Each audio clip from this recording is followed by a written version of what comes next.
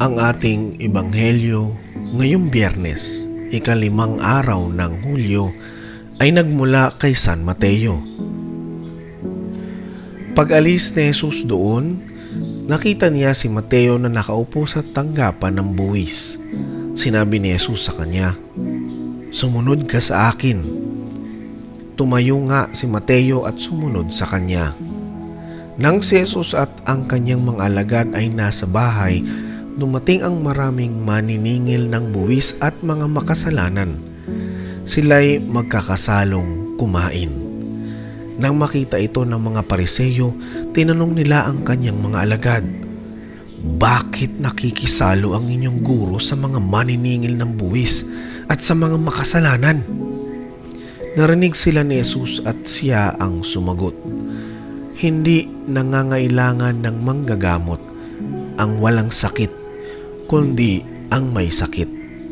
Humayo kayo at unawain ang kahulugan nito. Habag ang nais ko at hindi handog, sapagkat naparito ako upang tawagin ang mga makasalanan, hindi ang mga matuwid." Ang mabuting balita ng Panginoon. Ang ating faith food reflection ay nagmula kay Brother Celton Sindo. Deep Fake Apostle. Parang apoy na kumakalat ngayon sa mundo ng AI o Artificial Intelligence Technology ang deepfake app, kung saan ang mga promotor nito ay nagagawang kopya hit palitan ang muka't boses ng sino mang nais nilang biktimahin upang palabasing sila ang taong iyon. Bagamat hindi naman talaga sila iyon. It is a simple yet complicated case of identity theft. Tampok ngayon sa Ebanghelyo ang kakaibang pagtawag ng ating Panginoon kay Mateo, ang masasabing deepfake apostle sa mga alagad ni Hesukristo.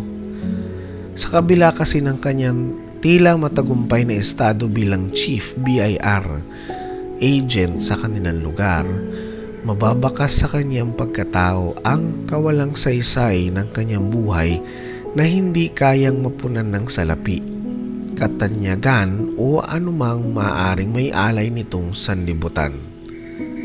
Kaya't nang dumating ang kanyang once-in-a-lifetime chance, hindi na nakapagtataka ang kanyang walang pasubaling pagsunod sa tawag ng pagiging alagad ni Jesus.